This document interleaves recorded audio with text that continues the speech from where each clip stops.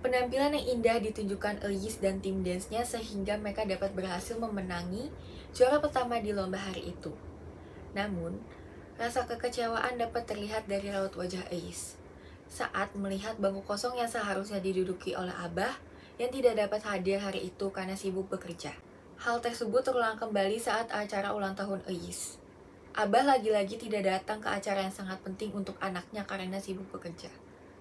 Padahal, Abah sudah berjanji untuk datang dan merayakan ulang tahun Elise bersama. Namun, di tengah-tengah acara, terdapat suara ketukan terdengar. Ara berlari dengan senang ke arah pintu menyambut orang yang ada di balik pintu, yang ia kira adalah abahnya. Saat pintu terbuka, betapa terkejutnya Ara melihat segerombolan orang yang akan menyita rumah mereka. Orang-orang yang hadir di pesta tersebut meninggalkan rumah dengan rasa ketakutan. Mereka terpaksa keluar dari rumah mereka sendiri karena dikhianati oleh kakak emak yang meminjam uang kepada rentenir untuk kelangsungan proyek milik mereka. Karena tidak dapat membayar hutang tersebut, rumah yang kini mereka rintis dan tempati saat ini harus lenyap begitu saja.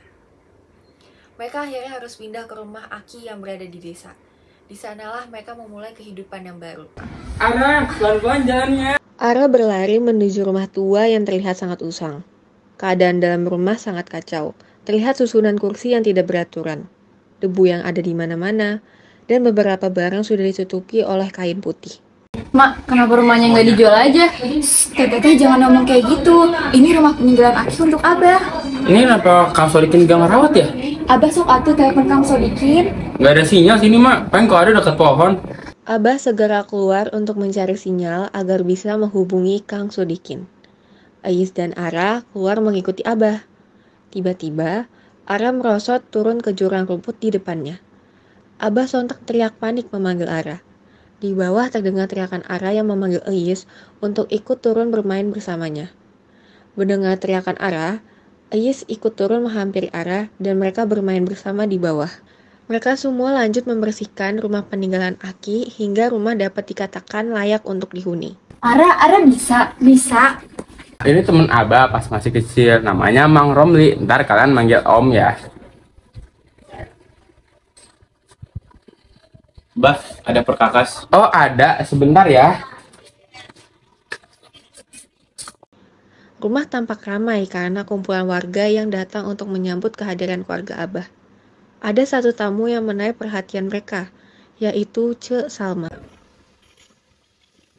Momen mau minta pinjaman. Bukan tuh Neng, saya ada pekerjaannya tukang kredit gitu, jadi kalau ada apa-apa tuh tinggal ke saya aja. Bilang ke sama. Hari itu terasa sangat cepat. Sampai di waktu makan malam, seperti biasa mereka menyantap makan malam bersama. Pada saat yang bersamaan, Abah juga menyampaikan kalau mereka akan tinggal di rumah itu selamanya. Jadi kita bakal tinggal di sini selamanya. Emang ruang kulit itu apa sih? Jadi kita nanti menetap di sini ya. Nanti Ara sekolahnya di SD Pertiwi. Sekolahnya bagus kok. Kayak di Jakarta. Sekolahnya mulai besok ya. Karena mulai sekolahnya besok, Ara bobo ya, naik duluan. Iya, sekarang kamu udah gede. Kamu Abah sama Emak minta kamu buat ngertiin keadaan dulu ya. Kamu ngalah dulu sama Ara. Cuman Abah sama Emak percaya kok kalau kamu pinter dimanapun kamu belajar. Tapi Mas sama Abah juga udah lihat sekolahnya ya, Bah. Sekolahnya bagus, bergurunya juga baik. Ya bedanya cuma di fasilitasnya aja, ya Teh ya. Ais hanya bisa menjawab dengan anggukan. Ia sangat mengerti keadaan yang menimpa keluarganya. Namun tidak bisa dipungkiri jika ia sangat sedih karena mengetahui bahwa ia telah benar-benar memulai kehidupan yang baru. Hari itu tiba, hari di mana Ais mulai bersekolah di sekolah yang baru. Pemandangan yang aneh ketika ia memasuki kelas. Kamu yang dari Jakarta ya? Emang benar keluarga kamu jatuh miskin? Benar begitu? Sama nama kamu Ais. Lucu benar anak Jakarta namanya Aisnya. Ima, jangan diganggu. Aduh, Denny siapa yang mau ganggu? Orang cuma mau kenalan kan, nama aku Ima. Ais, itu nama panggilan. Aduh, nama saya Ari, saya juga dari Jakarta dulu loh. Ye, Jakarta, orang waktu itu teh kamu bilang dari Bekasi loh. Saya kan pernah bilang kalau dari kecil di Jakarta. Nah, Jakarta itu dibilang Jabodetabek. Nah, B-nya itu Bekasi. Serak gue. Pakai baju ya. Maaf, saya Denny. Cie. Ima, kamu kan gue anak baru ya. Andi, Denny naik ke atas meja. Oh iya, tadi Andi nggak pakai baju ya. Hai, saya Rindu. Ais, Abah masih terus berusaha untuk mendapatkan pekerjaan baru agar bisa melanjutkan kehidupan keluarganya. Namun, mencari kerja bukanlah hal yang mudah. Beberapa perusahaan memiliki kebijakan untuk mencari karyawan yang belum menikah, sehingga Abah tidak dapat melanjutkan interview di perusahaan tersebut. Karena belum juga mendapatkan sumber penghasilan, Emak menyerahkan sisa mas kawin yang diberikan Abah untuk dijual.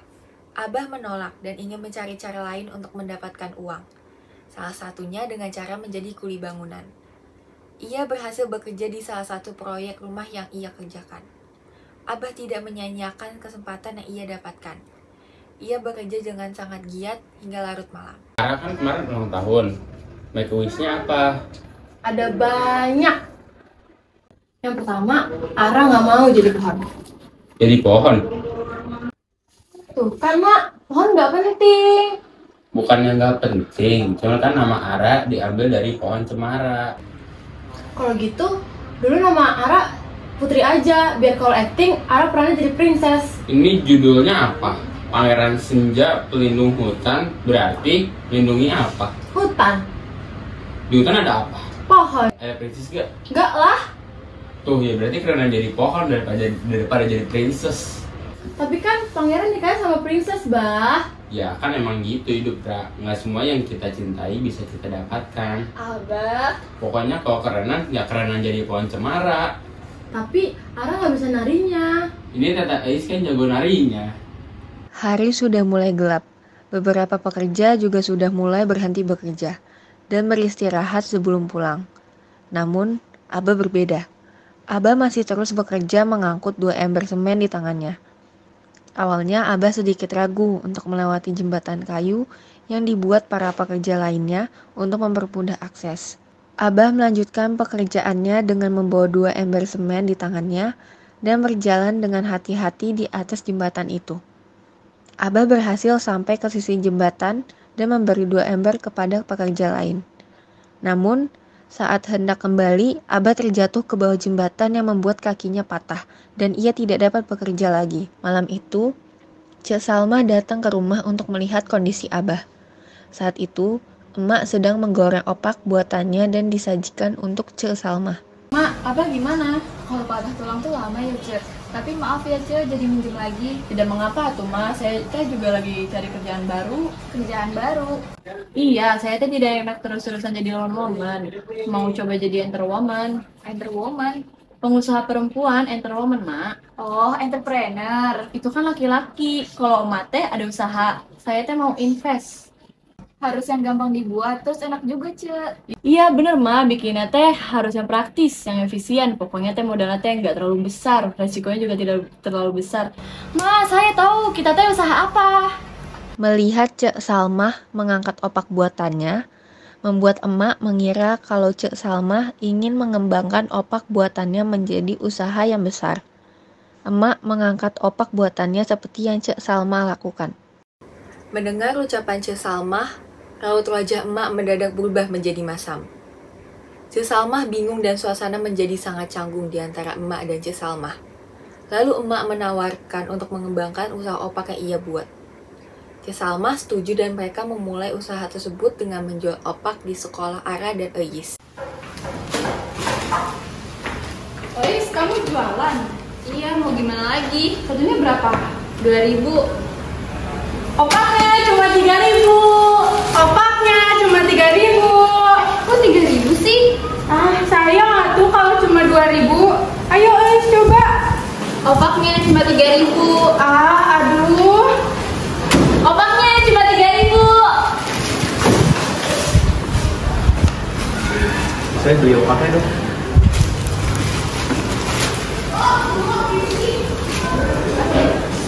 Jam istirahat telah usai. Eis berhasil menjual habis dagangannya dibantu oleh kedua temannya. Setelah jam istirahat merupakan pelajaran bahasa Inggris. Beberapa murid diminta untuk memperagakan cara memperkenalkan diri menggunakan bahasa Inggris. Beberapa dari mereka tidak dapat menyelesaikannya, bahkan berakhir dengan tertawaan. Tiba saat Eis diminta untuk mencoba. Tentu saja itu merupakan hal yang sangat mudah untuk Eis. Ia berhasil membuat kagum guru dan teman sekelasnya. Saat itu, Pak Guru meminta Eis untuk menuliskan apa yang ia ucapkan sebelumnya. Eis maju ke depan dan mulai menuliskan di papan tulis.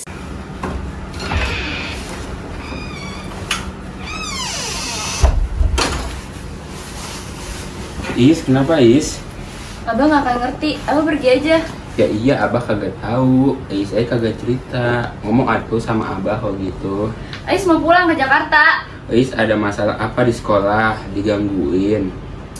Enggak, abah nggak akan ngerti. Abah pergi aja. Ya, makanya jelasin ke abah. Abah janji dengan Is. Waktu itu, abah janji kita cuma sementara di sini. Ais benci sama abah. Emak hamil. Ara, Iya, Bah. jadi Ara mau punya adik lagi. Emak lagi hamil tuh. Dedek, doa Ara terkabul. Oh, jadi kamu yang minta? Iya. Oh, tuh Ara yang minta mah. Eis pergi menuju rumah disusul oleh emak dan ketiga temannya.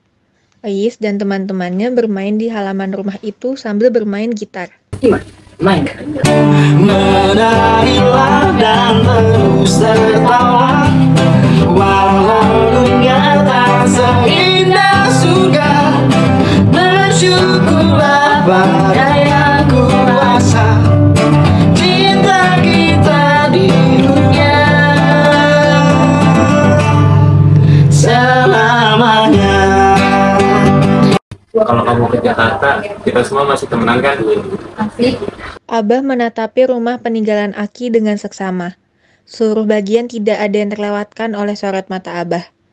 Setiap kenangan yang telah terjadi di rumah itu seperti terputar kembali di ingatan Abah. Ara nggak mau pindah. Ara suka di sini. Abah jadi sering di rumah, mama masak opak tiap hari. Ara jadi sekamar sama teteh. Dulu mana pernah kayak gini. Seorang pengusaha berniat untuk membeli rumah peninggalan Aki. Mereka sudah mendatangi rumah itu untuk mengecek kondisi rumah yang sebenarnya. Rencananya, rumah tersebut akan dijadikan untuk villa. Ara dan Eis yang kurang menyetujui rencana itu, menyusun strategi agar rumah tersebut tidak jadi dijual kepada pengusaha tersebut. Eis mengambil sertifikat yang hendak diberikan kepada pengusaha itu dan menyembunyikannya. Melihat hal tersebut, tentu Abah sangat marah kepada Eis. Kalian bikin malu. Kita boleh bangkrut, kita boleh miskin. Tapi jangan jadi nggak sopan kayak gini. Ngerti nggak? Dengerin, Mbak.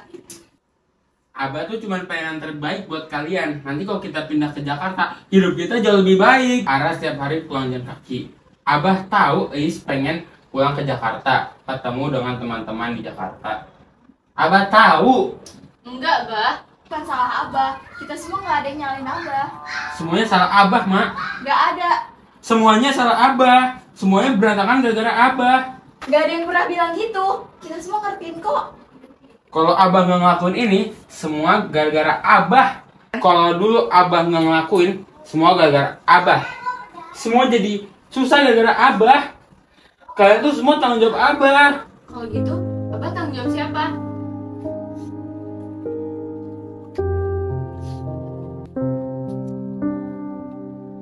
Masakan emak teh enak. Sok atuh ditambah lagi.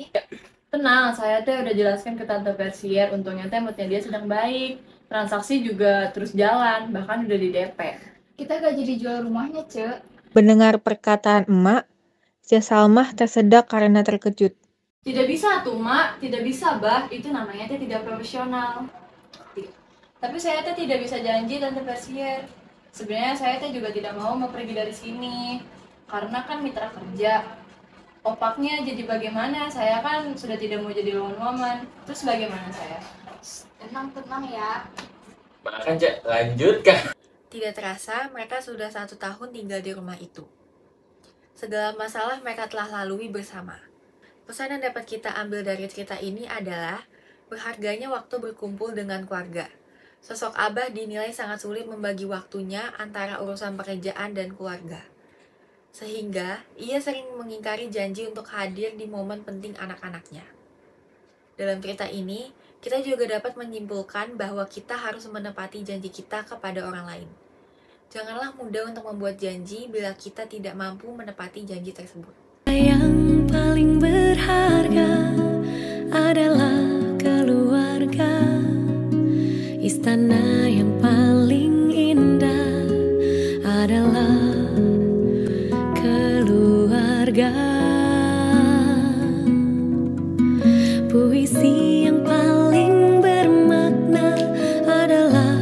Sampai mereka lupa kalau mereka hadir di antara harta yang paling berharga, yaitu keluarga.